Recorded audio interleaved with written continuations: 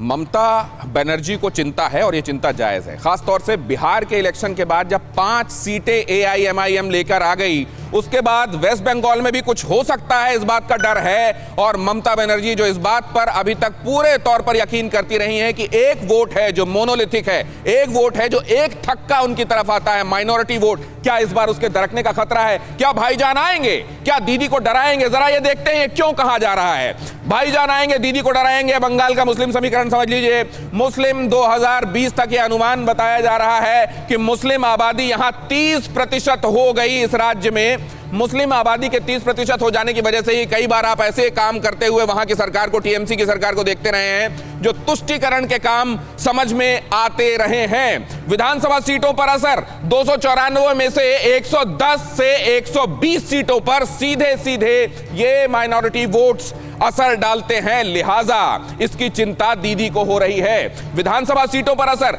65 से 70 सीटों पर सीधा सीधा असर, एकदम सीधा असर। 65 से 70 तो वो सीटें हैं जिनमें एकदम सीधा असर है इन वोट्स का। और एआईएमआईएम की कोशिश यह है कि 100 सीटों पर लड़ा जाए। 100 सीटों पर लड़ने का मतलब आप समझ सकते हैं, उधर का फिगर अगर आप देखें वो 120 के आसपास और ये 60 के आसपास, और 100 सीटें अगर एआईएमआईएम लड़ने का तय करती है तो ये टीएमसी के लिए बहुत बड़ी मुश्किल खड़ी कर सकते हैं। क्या फायदा उठाएंगे भाईजान? ममता से नाराज बताए जा रहे हैं मुसलमान इतना कुछ करने के लिए, ये कहने के बावजूद कि गतिधारा के तहत देखिए उनको रोजगार मिल रहा है, हम उनके भलाई के तमाम काम कर रहे हैं, इसके बावजूद मुसलमान नाराज क्यों है? पश्चिम बंगाल में एक भी मुस्लिम विश्वविद्यालय नहीं है, ये एक बड़ी वजह है कि माइनॉरिटी वोट नाराज बताया जा रहा है। भारत के 15 मुस्लिम बहुल जिलों में 5 बंगाल में हैं और यहां पर यह बताया जा रहा है ये डिसाइसिव हैं, इनकी वजह से यहां तय होता है सत्ता पर कौन बैठेगा। मुसलमान और आदिवासी दोनों पूछ रहे हैं सवाल, आदिवासी भी और मुसलमान भी। कई जगहों पर लिमिटिंग फैक्टर ट्राइबल वोट्स भी हैं,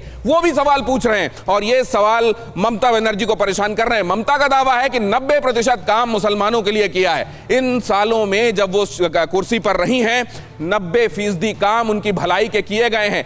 एआईएमआईएम का दावा क्या है? अल्पसंख्यकों के लिए हम करेंगे काम। अभी तक सिर्फ बातें हुई हैं, अभी तक सिर्फ उनके लिए काम किए जाने का दिखावा हुआ है, असल काम तो हम करेंगे। स्कूल, यूनिवर्सिटी, मेडिकल कॉलेज बनाएंगे, ये कहा है एआईएमआईएम ने। एआईएमआईएम ने सेग्रीगेट किए हैं मुद्दे, कहां कहां काम नहीं हुआ और उनको ले जाकर प्रोजेक्ट करके उस नाराजगी को भड़काने का काम असदुद्दीन ओवैसी की पार्टी कर रही है जो वहां संभावित नजर आ रही है टीएमसी के खिलाफ एंटी इनकम्बेंसी को भुनाने में। जाहिर है 10 साल कुर्सी में बैठने के बाद आप कितना भी डिलीवर कर दें, कुछ नया आजमाने की चाहत वोटर में कई बार होती है और इस बात को भी असदुद्दीन ओवैसी समझ रहे हैं। और उन्होंने खुलकर कह दिया, आज उन्होंने खुलकर कह दिया कि अगर असदुद्दीन ओवैसी को बिकाऊ बताया जा रहा है तो किसी के पास इतनी दौलत नहीं है कि वो असदुद्दीन ओवैसी को खरीद ले।